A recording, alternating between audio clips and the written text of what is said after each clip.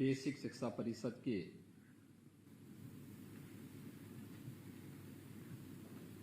एक करोड़ 80 लाख से अधिक बालक बालिकाओं के uniform, bag, books, shoes, sweater आदि के लिए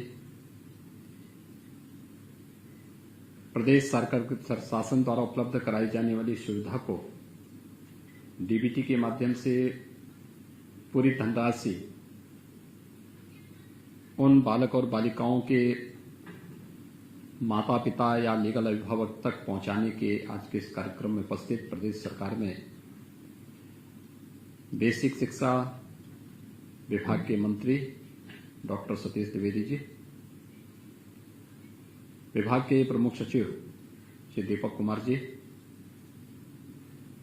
आज के इस कार्यक्रम में विशेष रूप से उपस्थित मुख्यमंत्री कार्यालय में प्रमुख सचिव श्री एसपी गोयल जी, अपर मुख्य सचिव सूचना श्री नवनीत सहगल जी, प्रमुख सचिव मुख्यमंत्री कार्यालय संजय प्रसाद जी, बेसिक शिक्षा विभाग के सचिव और महानिदेशक समेत सभी अधिकारीगण और आज के इस कार्यक्रम में हमारे साथ सीधे जुड़े हुए बेसिक शिक्षा विभाग से जुड़े हुए सभी अधिकारीगण, सभी प्रधानाचार्य और अध्यापकगण, सम्मानित अभिभावकगण, उपस्थित भाइयों बहनों एवं प्यारे बच्चों, भैया दूज के अवसर पर प्रदेश सरकार के द्वारा 1 करोड़ 80 लाख बच्चों के लिए आज की ये सुविधा उनके जीवन में एक नया प्रकाश देने का एक अभियान है।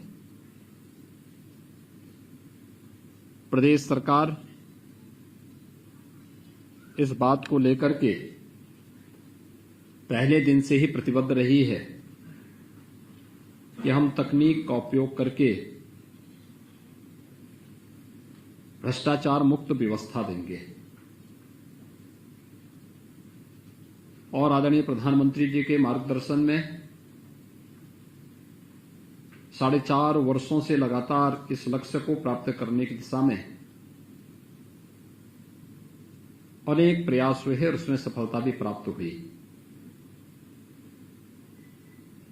मुझे याद है 2017 में, मार्च 2017 में जब प्रदेश में हमारी सरकार ने बागडोर संभाला था, तब प्रदेश के अंदर बेसिक शिक्षा परिषद की स्थिति अत्यंत ही जर्जर और खराब थी।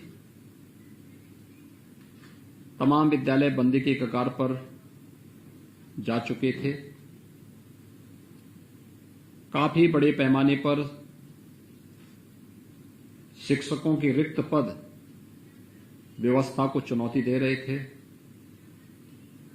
और इन विद्यालयों में अपने बच्चे को प्रवेश कराने के बजाय अभिभावक इस बात पर जोर देने के लिए तत्पर था कि अगर इन बच्चों को वह अन्यत्र कहीं अपने बच्चों को, अपने पाल्यों को कहीं अन्यत्र प्रवेश कराएगा तो उसको उसमें ज्यादा फायदा नजर आता था, सुविधा नजर आती थी और बच्चों के भविष्य ज्यादा उज्जवल दिखाई देता था। लेकिन विभाग ने उसके बाद शासन की मंशा के अनुरूप इस कार्य योजना पर कार्य करना प्रारंभ किया। उसमें तकनीक का भी उपयोग किया गया, टीम वर्क का भी परिणाम है, लेकिन नेक नियति और दृढ़ इच्छा शक्ति भी उसमें परिलक्षित होता है। जुलाई 2017 में हम लोगों ने स्कूल चलो अभियान चलाया था। मुझे याद है लखनऊ के ही कुकरेल क्षेत्र में जब वन महोत्सव के कार्यक्रम में मैं गया था तो उसी समय हम लोगों ने स्कूल चलो अभियान का भी शुभारंभ किया था और यह अनिवार्य किया गया था कि अगले 15 दिनों तक हर एक बेसिक शिक्षा परिषद से जुड़ा हुआ प्रधानाचार्य, शिक्षकगण, उन सभी अभिभावकों के साथ संपर्क करेगा जिनके बच्चे परिषदीय विद्यालयों में प्रवेश के लिए उपलब्ध हों, लेकिन वे किन्हीं कारणों से प्रवेश नहीं करा पा रहे थे। और उस समय कठिनाई हमारे सामने देखने को मिली थी कि बहुत सारे बच्चे इसलिए प्रवेश नहीं कर पा रहे थे क्योंकि उनके पास यूनिफॉर्म नहीं थी। आधे से अधिक बच्चे ऐसे थे जिनके पास पैरों में पहनने के लिए जूते मोजे नहीं थे। तो प्रदेश सरकार ने उसी समय तय किया कि हम प्रदेश सरकार के बेसिक शिक्षा परिषद में 2 कार्यक्रम हम लोगों ने तत्काल प्रारंभ किए थे। एक ऑपरेशन कायाकल्प, जिसमें जनप्रतिनिधियों, परिषदीय बेसिक शिक्षा परिषद से जुड़े हुए और शिक्षा विभाग से जुड़े हुए अधिकारियों, प्रशासनिक और पुलिस अधिकारियों और जन सहयोग से एक एक विद्यालय को गोद लेकर के उनमें बुनियादी सुविधाएं उपलब्ध करवाएंगे। विद्यालय के पुनर्निर्माण के साथ ही विद्यालय में बालक बालिकाओं के लिए टॉयलेट हो, शुद्ध पेयजल की व्यवस्था हो, अच्छी फ्लोरिंग हो, स्मार्ट क्लासेज हो, इन सब से आच्छादित करने का कार्य किया गया। और आज मुझे प्रसन्नता है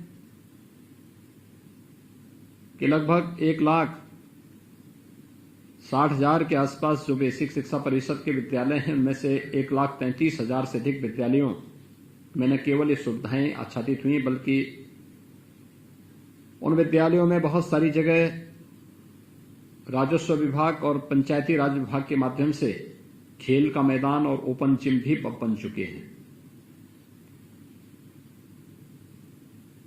बेसिक शिक्षा परिषद के अधिकतर विद्यालयों में बाउंड्री वॉल का भी निर्माण हो चुका है। इसके साथ ही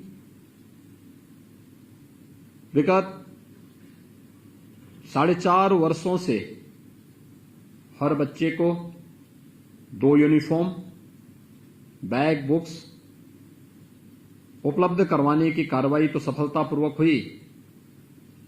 बेसिक शिक्षा परिषद में अध्ययन करने वाले आधे से अधिक बच्चे ऐसे थे जिन्होंने जूते और मोजे स्कूल में प्रवेश लेने के बाद पहनने सीखे हैं, और उन बच्चों को प्रदेश सरकार ने सुविधा उपलब्ध करवाई है। यही नहीं, सर्दियों में भी हम इस बात को देखते थे। बहुत सारे बच्चे ऐसे थे तो भीषण शीतलहरी में ठंड से ठिठुरते थे, स्वेटर नहीं होती थी। प्रदेश सरकार ने निर्णय किया कि हर बच्चे को हम स्वेटर भी उपलब्ध करवाएंगे, और मुझे प्रसन्नता है कि आज बेसिक शिक्षा परिषद के विद्यालयों में हर बच्चे को वर्ष में 2 uniform, bag, books, shoes, sweater, ये सभी सुविधाएं उपलब्ध करवाई जाती हैं। इसकी समयबद्धता को लेकर के और गुणवत्ता को लेकर के सदैव प्रश्न खड़े होते थे, और अंततः राज्य सरकार ने तय किया कि हम 1,80,00,000 इन सभी बच्चों को, अगर इस धनराशि को उन परिवारों को सौंपें और उन परिवारों को, अपने पाल्यों को अच्छी यूनिफॉर्म बनवाने, बैग, बुक्स या शूज, स्वेटर खरीदने के लिए उस धनराशि का उपयोग करने के लिए प्रेरित करें, अच्छी स्थिति हो सकती है। और जो भ्रष्टाचार का आरोप शिक्षा विभाग पे लगता है या जो अन्य आरोप लगते हैं, इनसे भी बचा जा सकता है। मुझे प्रसन्नता है कि विभाग ने इस कार्रवाई को समयबद्ध ढंग से आगे बढ़ाया, और आज 1,20,00,000 से अधिक बच्चों में के पास डीबीटी के माध्यम से 1,100 रुपये प्रति छात्र के हिसाब से धनराशि सीधे उनके बैंक खाते में, उनके बच्चों के माता पिता या लीगल अभिभावक के खाते में सीधे भेजी जा रही है। शेष जो बच्चे हैं, लगभग 60 लाख बच्चे इन सभी बच्चों के अभिभावकों की भी बैंक अकाउंट के सत्यापन की कार्रवाई, आधार से उसे लिंक करने की कार्रवाई ये प्रचलित है और मुझे विश्वास है कि बहुत शीघ्र इस धनराशि को भी हम उनके बैंक अकाउंट में भेजने में हमें सफलता प्राप्त होगी। आज बेसिक शिक्षा परिषद के बारे में नजरिया बदला है। मुझे याद है जब हम लोगों ने जुलाई 2017 में स्कूल चलो अभियान चलाया था, तब बेसिक शिक्षा परिषद में 1,30,00,000 के आसपास बच्चे उस समय अध्ययनरत थे। और कोरोना कालखंड को छोड़ दें तो 2020 के प्रारंभ में ये संख्या बढ़कर के मात्र 3 वर्ष में ही 1,81,00,000 तक पहुंच गई थी। यानी ये संख्या 50 लाख से अधिक बच्चों की बढ़ोतरी मात्र 3 वर्ष में, यह बेसिक शिक्षा परिषद के उन्नयन और प्रगति का एक बेहतर प्रदर्शन भी करता है। दूसरा, बेसिक शिक्षा परिषद से जुड़े हुए विद्यालय, या आज कहीं भी आप जाएंगे तो विद्यालय देखने को मिलेंगे। मुझे अक्सर फील्ड में जाना होता है, मैं देखता हूं कितना अंतर आया है। आज बेसिक शिक्षा परिषद के विद्यालय अलग दिखाई देते हैं। उनका रंग रोगन, उसमें की गई साज सज्जा, वहां पर पढ़ रहे बच्चे, उनके यूनिफॉर्म से उनकी पहचान। कोई भी बच्चा नंगे पैर नहीं जाता है, बल्कि वह अपनी निर्धारित यूनिफॉर्म में पैरों में जूते पहन करके स्कूल पहुंचता है। साथ ही साथ उसे समय पर बैग्स और बुक्स उपलब्ध करवाने में भी विभाग को काफी हद तक सफलता प्राप्त हुई।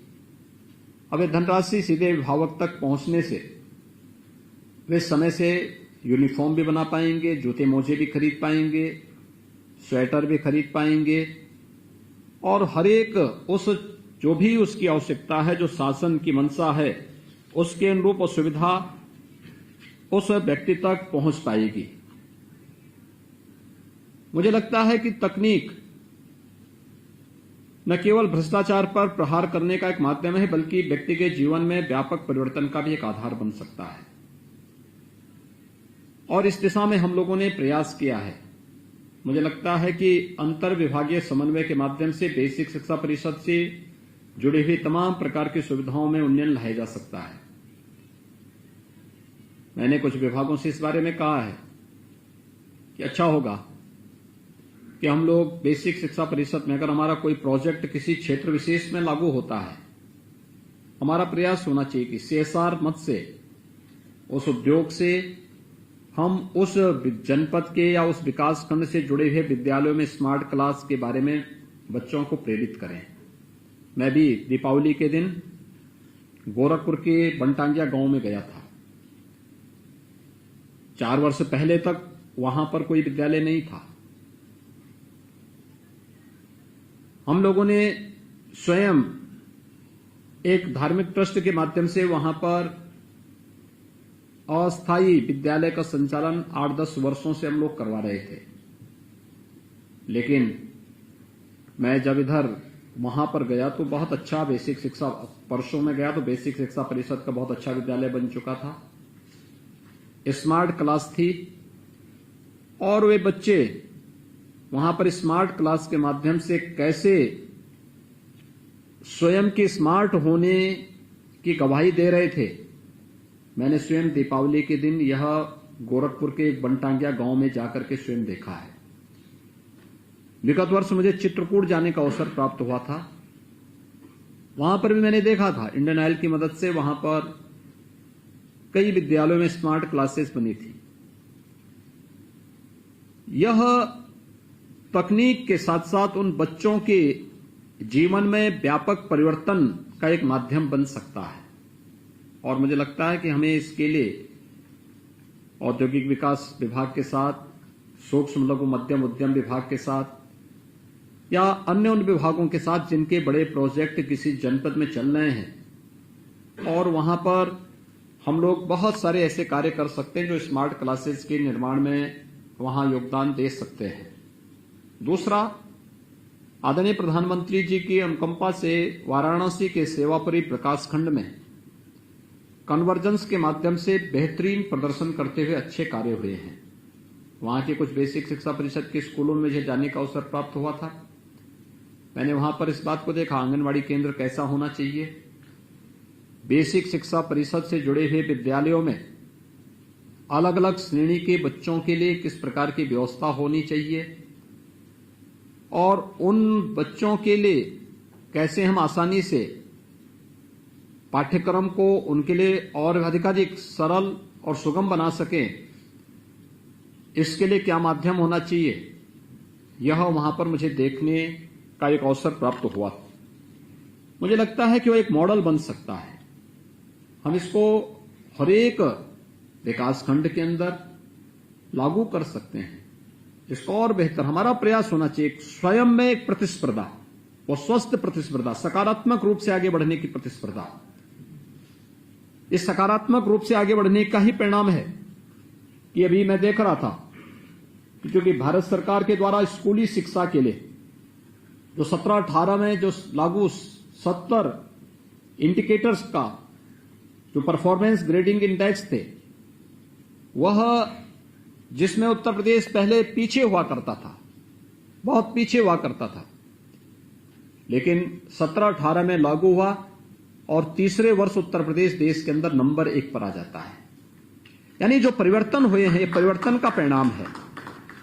ऑपरेशन कायाकल्प है, स्कूल चलो अभियान है, मिशन प्रेरणा है, या फिर तकनीक का उपयोग करते हुए इस दिशा में जो बेहतर कार्य हुए हैं, या फिर मान्यता के नाम पर जो धनादोहन होता था, आज इसको ऑनलाइन प्रक्रिया के साथ जोड़ने की जो कार्रवाई हुई है,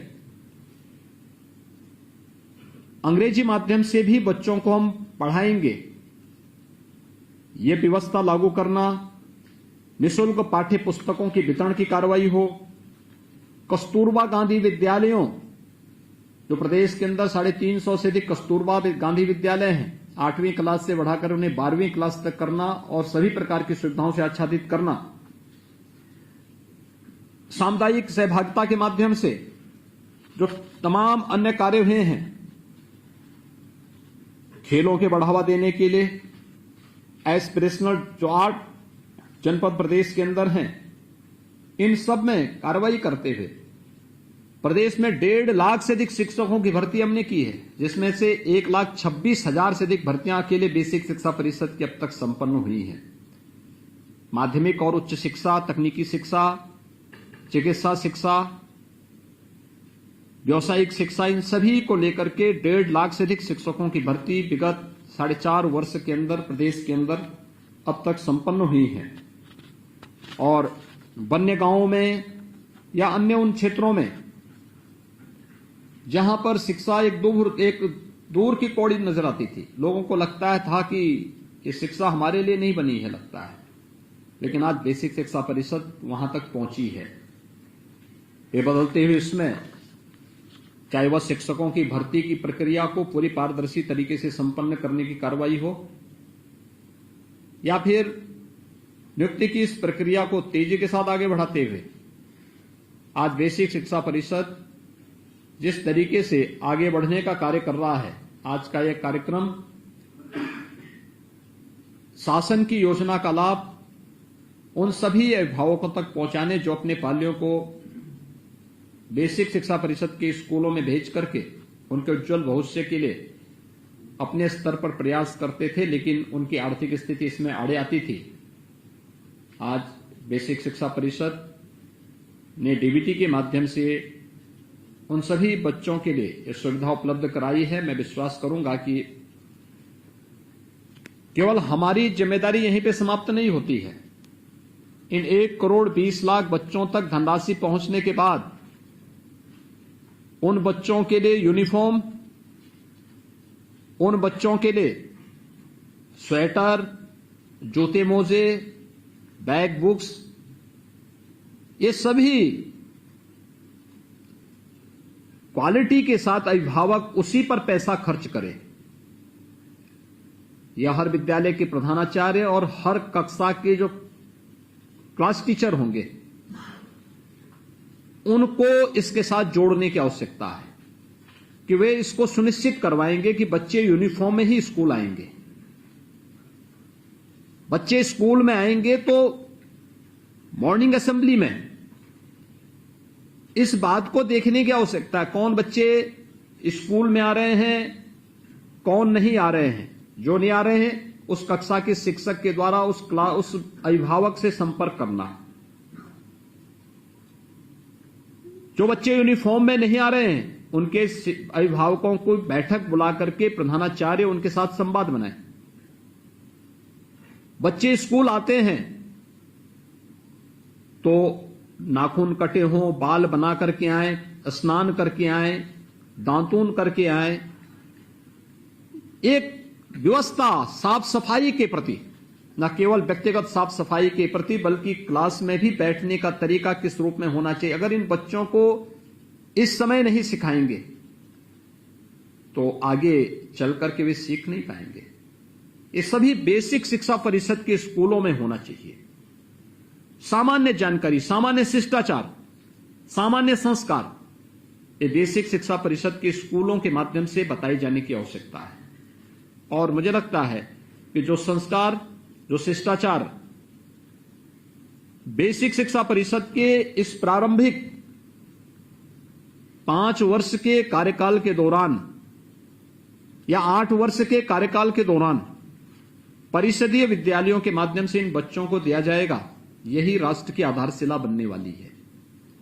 याद रखना, अगर शिक्षा अधूरी है, संस्कारहीन है, शिष्टाचार विहीन है तो आप ये उम्मीद नहीं कर सकते कि वह व्यक्ति राष्ट्र नायक और राष्ट्रद्रोही के बीच कोई अंतर महसूस कर पाए। आज अगर कभी कभी इस प्रकार की स्थिति पैदा होती है तो उसका कारण प्रारंभिक समय में अभिभावक के द्वारा शिक्षा के प्रति, बाल्य के प्रति वह रुचि न लेने का भी एक कारण हो सकता है। और इसीलिए मैं चाहूंगा कि उन बच्चों के प्रति अभी से प्रयास करके हम उनको बताएं। मॉर्निंग असेंबली के समय सब बताए जाने की आवश्यकता है, क्योंकि अक्सर ये भटकाव तभी शुरू होता है जब व्यक्ति को मालूम नहीं होता है कौन देश का मित्र है, कौन देश का शत्रु है। जब हम एक ही तराजू में मित्र और शत्रु को तोलने लगते हैं, राष्ट्र नायक और राष्ट्रद्रोही को तोलने लगते हैं, तो स्वाभाविक रूप से वह व्यक्ति की योग्यता पर ही प्रश्न खड़ा कर देता है। और बेसिक शिक्षा परिषद के अपने, मुझे लगता है कि हमारे बेसिक शिक्षा परिषद में प्रदेश के अंदर लगभग 6 लाख के आसपास प्रधानाचार्य, शिक्षक, शिक्षा मित्र, अनुदेशक और अन्य प्रकार के हमारे पास जो भी इस फील्ड में कार्य करने वाले, अपनी सेवा देने वाले महानुभाव हैं, इनकी संख्या है। ये लोग अगर इस जिम्मेदारी को उठाएंगे बहुत बड़ा कार्य हो सकता है। मैं एक बार फिर से भैया दूज के अवसर पर 1,20,00,000 जिन बालक बालिकाओं के लिए और 1100 रुपये प्रति बालक और बालिका ये धनराशि आंतरित की जा रही है डीबीटी के माध्यम से, उन सभी बच्चों के प्रति, उन सभी अभिभावकों के प्रति मैं हृदय से बधाई देता हूं, अपनी शुभकामनाएं देता हूं। जो 60 लाख बच्चे बचे हैं, यथाशीघ्र उनको भी इस धनराशि को हम भेजने की कार्रवाई संपन्न करेंगे। इस विश्वास के साथ बेसिक शिक्षा परिषद इस बात को जरूर ध्यान दें कि हम तकनीक को अधिक से अधिक उपयोग करें और बच्चों को भी इसके प्रति लालायित करें, उसको इसके प्रति जागरूक करें। ये संभव है, ये उम्र है, इसमें उन्हें हम एक सही दिशा देकर के न केवल भ्रष्टाचार पर प्रहार कर सकते हैं बल्कि तकनीक के उपयोग के माध्यम से शिक्षा के सरलीकरण और उसकी सुगमता का लाभ भी हर एक बच्चे तक पहुंचाने में हम सहयोग दे सकते हैं। आज के इस कार्यक्रम के अवसर पर एक बार फिर से मैं उन सभी बालक बालिकाओं के प्रति, अभिभावकों के प्रति हृदय से मैं उन्हें बधाई देता हूं, अपनी शुभकामनाएं भी देता हूं। बेसिक शिक्षा परिषद से जुड़े हुए सभी विभाग के मंत्री, विभाग के प्रमुख सचिव, महानिदेशक समेत सभी जो भी परिषद से जुड़े हुए अधिकारीगण हैं, कर्मचारीगण हैं, उन सबको इस अभिनव प्रयोग के लिए हृदय से धन्यवाद भी देता हूं। बहुत बहुत धन्यवाद। जय हिंद।